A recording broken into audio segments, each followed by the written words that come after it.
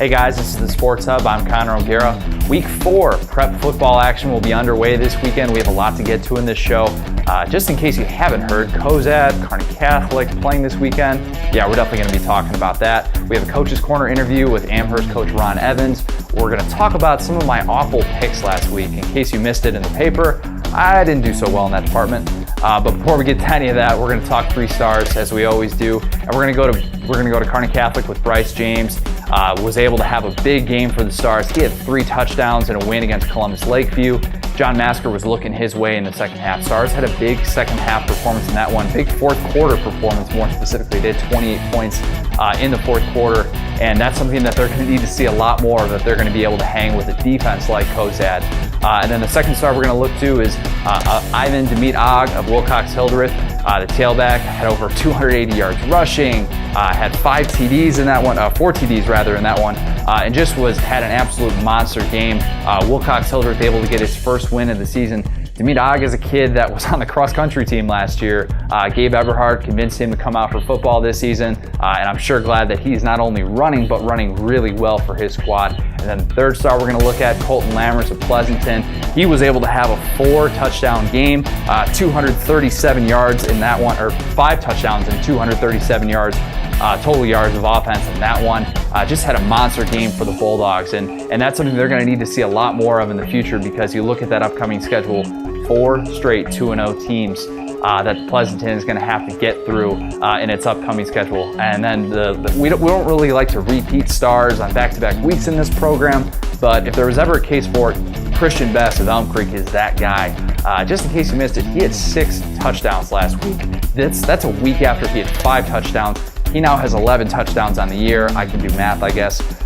He's had 2 straight 200-yard rushing games, and it's just been an absolute monster. Nobody has been able to bring him down. And more impressively, he's done it in only 24 carries on the season. So while Christian Best technically doesn't get a star this week, he definitely has a star on the season. In this segment, I'm going to be a little bit self-deprecating. Not the best week for me in picks last week. I was 15-8, which is not very good. Just a whole lot of games in the Hub territory that I got wrong, and a few of the Hub territory winners that I got wrong. First one we're going to look at, Arcadia Loop City beats Shelby in that one. Arcadia Loop City Rebels get that first win of the season, and this is a team playing in technically its first year as a co-op together, first year playing 11-man football. Mike Scott said, it's going to take a little bit to get that running game going. It's not an easy thing to be able to work through some of those holes when you're making that transition, but his squad doing a good job of it and did a good job of it against Shelby. And the second team we're going to look at, Ansley Litchfield, gets a win over Shelton in that one. If you look at those teams' records last year, you'd say, how in the world would that happen? But Ansley Litchfield didn't win a game last year. Shelton, of course, had 7 wins in the regular season. Ansley Litchfield gets a victory, first victory since 2012. Just an impressive performance from the Warriors. Michael Shoemaker is able to have a great game in that one. And then Hoss Smith. I mean, if we still had an all-name team, that's an old Nathan Hart thing. If we still had an all-name team, I'm pretty sure Hoss Smith would be on that. Warriors just able to get that first win under their belts, and that's something they're going to look to do, obviously, towards the second half of the season, rely on those 2 guys. I said this season that I thought they were going to be able to make some big strides, didn't think it was going to be another winless season, and certainly they're off to a good start. And then the third team we want to look at, Ravenna. Ravenna able to get a nice victory against Ainsworth. They win that one 27-8. Blake Cremosta rushed for 3 touchdowns in that one. Ravenna's a team that, didn't necessarily have that success last year. Blue Jays are going to look to rely on Cremosta a lot. They've already matched last year's win total, actually, and Cremosta's a big reason why. They're one of those teams that, yes, C2 is really, really tough, but they're one of those teams I think could get into that 4 or 5 win range and get back into the playoff picture. In this week's edition of the Coach's Corner, I caught up with Amherst Coach Ron Evans. He talked about why his team has been successful so far, off to a 2-0 start. In case you haven't heard, that offense, pretty good. Got a nice win against Axtell last week. They're going to look to do the same against Franklin this week. The problem is give them all enough touches. I like to, I want to make sure that everybody, feels like they're contributors. So we've got, I've got offensive linemen that play in the backfield. They can play fullback for me. I've got, 2 or 3 running backs that are pretty good, that can run the ball. Got, wide receivers they're excellent. Got a quarterback, 2 of them that can throw the ball pretty good. So, we've got a wealth of talent. It's just kind of hard to get everybody touches, and it's not that they'd worry about it, but I like to make sure they all feel like they're being used. Yeah, we haven't played Franklin in quite a while. We know they're very aggressive up front. Their offensive scheme is aggressive too. They like to run counters, and they will run a counter with a power off of it. They like to run their quarterback, and they got a young fellow, number 22, that's pretty fast. So they're going to try to get him the ball in space. And defensively, they're very aggressive up front. So we'll have to control the blitzes and do a good job of making sure that they don't penetrate in and get us in the backfield. Well, we've got to stop the slow starts. We've had 2 games and we had slow starts in both of them. The Shelton game wasn't quite as bad, and the Axtell game was. We had a pretty slow start. Our whole first half was mediocre at best. So we've got to get off a little quicker start. Get a couple touchdowns up on the board, play solid defense, get some turnovers, good special teams, and we'll be fine. As we talked about before, Cozad, Kearney Catholic, big showdown this week. Our only 2 hub territory teams that are 3-0 right now as it stands. 2 teams that are definitely in that state title talk.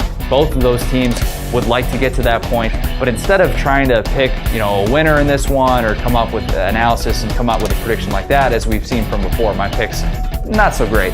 I'm going to tell you why both of these teams are going to win. So for Kearney Catholic, to me, why Kearney Catholic is going to win this game, for Kearney Catholic, they want to do exactly what Cozad did last year, which is rely on a senior-laden offensive and defensive line. To me, that's what separates Kearney Catholic this year.